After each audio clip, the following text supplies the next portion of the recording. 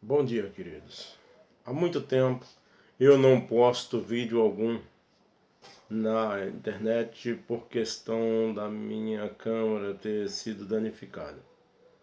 Mas nesta manhã eu quero trazer uma palavra que, dormindo esta noite, o Espírito Santo começou a falar ao meu coração para que eu fizesse esse vídeo e publicasse ele o mais rápido possível. Veja bem. A palavra de Deus, ela diz em 2 Tessalonicenses capítulo 2, no versículo 3, que fala a respeito dos dias atuais que a igreja está vivendo na face da terra. Então vamos lá a leitura. Ninguém de maneira alguma vos engane, porque não será assim sem que antes venha a apostasia e se manifeste o homem do pecado, o filho da perdição.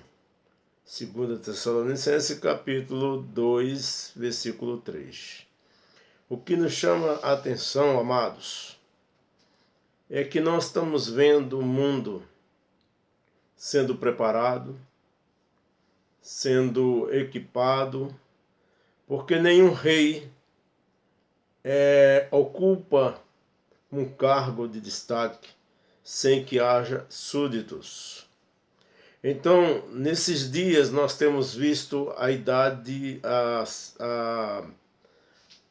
a situação do pecado se multiplicando, a inversão de valores, a iniquidade aumentando, conforme diz a palavra do Senhor, que nos últimos dias a iniquidade se multiplicaria de tal maneira que ficaria difícil para que uma pessoa com a sua fé sobrevivesse sobre essa face da terra. Por isso, eu creio no arrebatamento da igreja que está muito próximo. Vejam bem, nós estamos vendo que a iniquidade, a inversão de valores está sendo apoiada pela parte política e pela parte do mundo.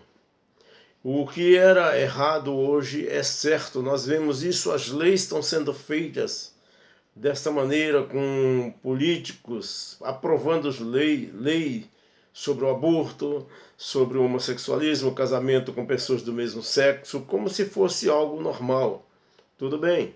Nós não, de maneira alguma, odiamos e somos contra o homossexualismo, de maneira alguma, porque o próprio Senhor Jesus Cristo, ele nunca rejeitou um pecador, pelo contrário, ele próprio sentava à mesa e comia com eles. E nessa época nós sabemos que sentar à mesa na época da lei era ter comunhão com o pecador. E Jesus foi perseguido muito por causa disso. Não é o caso agora. Então, para que o rei da iniquidade, ou seja, o anticristo, possa assumir o seu posto, possa assumir o seu reinado, é preciso que tenha pessoas que o apoiem, que façam a sua vontade e façam a sua obra. E nós temos visto nos últimos dias essas coisas acontecendo, ou seja, o palco está montado para que ele tome posse já. Então nós estamos à beira da grande tribulação, ou seja, da primeira fase dela, né? Nós temos visto que o atual Papa, ele tem tido um empenho muito grande em unir as religiões. Ele está praticando o ecumenismo. Eu creio até que ele veio com esta missão de fazer o ecumenismo, ou seja, que Deus é um só e que todas as religiões levam a Deus. E nós bem sabemos que não é religiosidade que nos leva a Deus.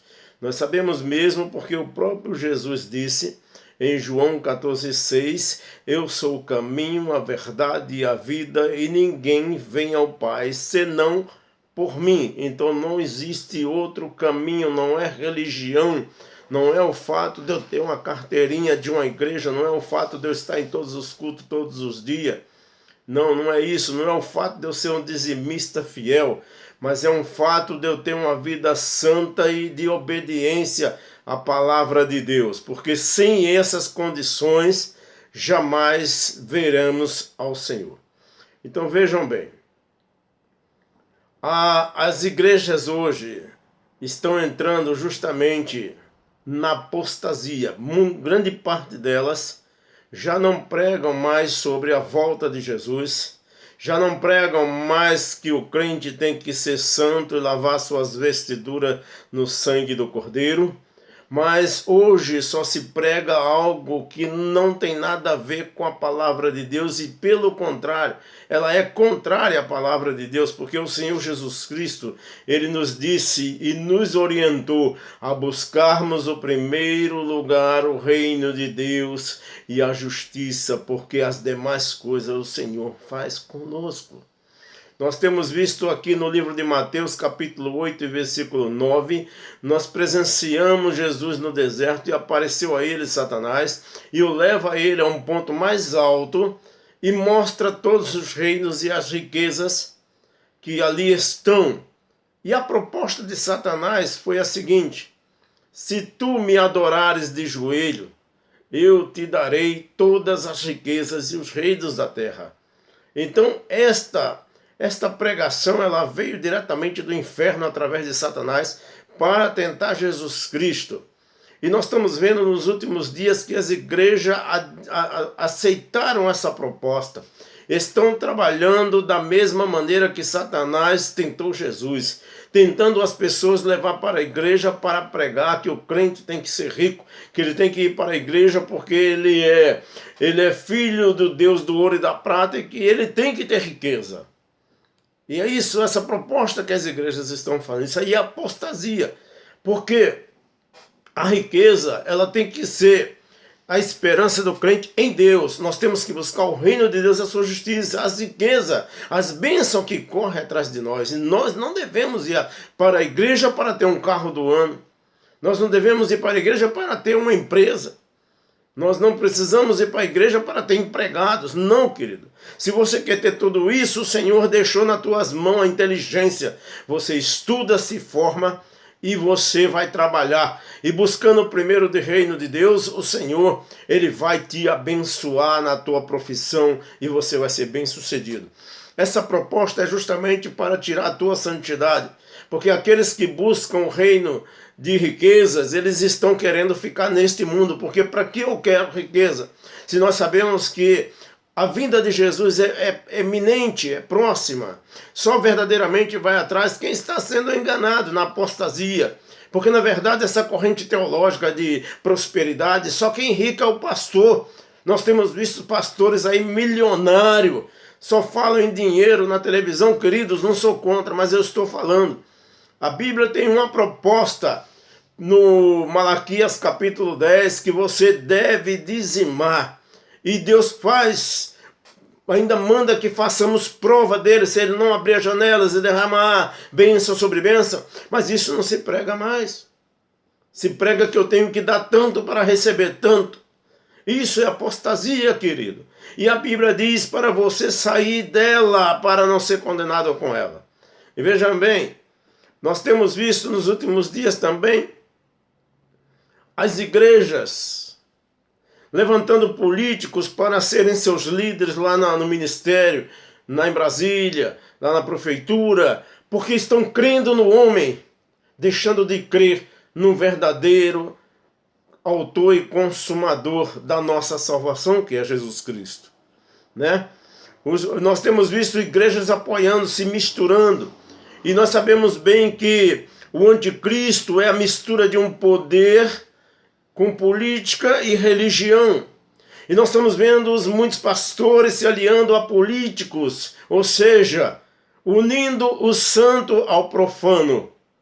Queridos, nenhum político, depois que está lá dentro, nós temos visto no Brasil a vergonha que está sendo os nossos políticos. Nós colocamos homens, voltamos e colocamos lá no Congresso para ele trabalhar ao nosso favor. E o que temos visto é esses homens trabalhando contrário a nós, trabalhando contra nós, criando leis contra nós. Nós temos visto que os políticos que nós elegemos estão lá constituindo leis para o aborto, que é abominável aos olhos do Senhor, é assassinato, nós sabemos bem disso. Então, amados, Fique alerta, fique atento, porque nós estamos vivendo a igreja do Senhor, os últimos dias na face da terra.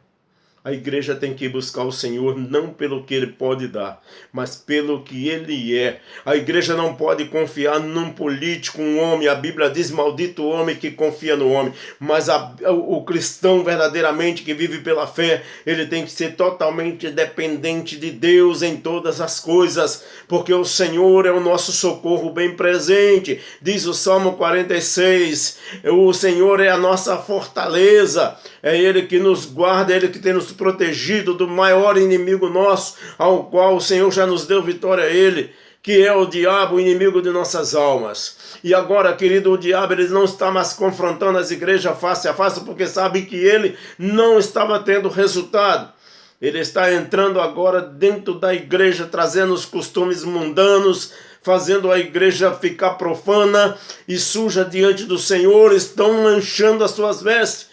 Agora, querido, nós temos visto nos últimos dias os louvores direcionados ao homem e não a Deus. Nós temos visto uma adoração, aleluias, no sentido horizontal e não na vertical. Louvado seja o nome do Senhor. A adoração que sobe no formato da cruz. Louvado seja o nome do Senhor. Então vamos estar preparados. Vamos ler a palavra de Deus, vamos ser obedientes à palavra de Deus. Por quê, querido? O crente não vai passar pelo juízo. O crente está sendo julgado pela palavra de Deus que está nas suas mãos, que muito não lê, é a Bíblia. Se nós obedecermos a Bíblia, aleluias, não há lei contra nós, mas só os galardões que o Senhor vai dar. Então, amado, eu chamo você um alerta nesta manhã. Pense, reflita nisso. Não vá para trás de riqueza, porque a riqueza ela traz a avareza. E a palavra de Deus diz que não junteis tesouro na terra. Eu não quero dizer que o crente tem que ser pobre e miserável passando fome, não, querido. Eu quero dizer que o crente tem que ser totalmente dependente do Senhor, porque eu já vivi esta vida, essa experiência. Eu fiquei 1 ano desempregado e no meu lar não faltou um alimento. No dia que faltou, eu estava na minha porta e vem um homem sem eu conhecer e diz para mim que estava orando na sua casa e Deus mandou trazer essa cesta básica e colocou aos meus pés. Esse é o Deus que eu quero falar para você, que muitas das vezes já esqueceu dele, está indo atrás de riqueza. Esse é o Deus que cuida de nós, esse é o Deus que supra a nossa necessidade. Esse Deus, ele não vai te deixar na prova. O Senhor, ele muitas das vezes te coloca no deserto, que é a escola de Deus, mas Deus passa a tua prova no deserto com você. Louvado seja o nome do Senhor. Fica atento, amados, porque o engano. Mateus capítulo 24 nos alerta: acautelai-vos, porque virão muitos em meu nome e enganarão a muito. Tem muita gente anunciando um evangelho, vendendo o evangelho, pedindo dinheiro para se pregar a verdade. Jesus em nenhum momento cobrava, Jesus saía de porta em porta e ainda disse para que não levasse nada, mantimento algum, porque ele cuidaria dos seus apóstolos. E por que não vai cuidar de mim e de você nos dias atuais? Querido, desperta. Aonde estiver o teu coração, o teu tesouro, ali estará o teu coração. O meu tesouro, eu estou acumulando ele no céu, que são as obras. É a fé junta com as obras.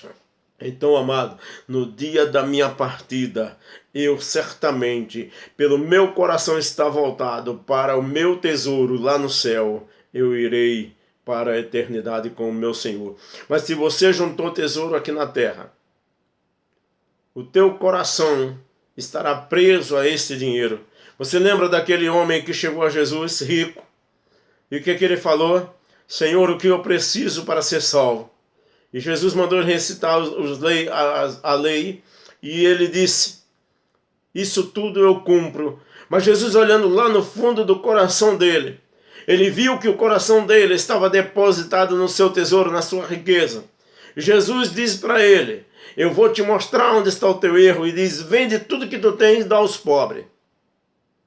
Jesus não queria que ele vendesse realmente e ficasse pobre, dando para tudo para os outros. Mas Jesus queria dizer para ele que a fé dele, a confiança dele, estava no tesouro material que ele tinha, que ele não queria abrir mão. E quem serve a dois deuses, a um vai alegrar e ao outro vai entristecer. A Bíblia diz isso. E no caso dele, ele virou as costas e foi embora triste, porque não quis abrir mão.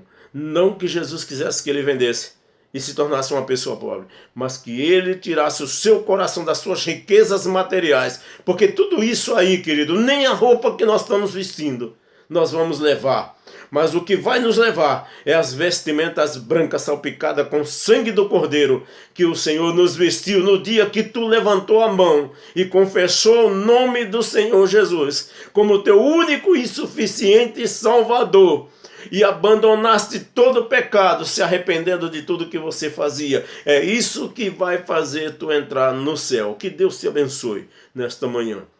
E a proposta dessa palavra venha tocar no seu coração, em nome de Jesus.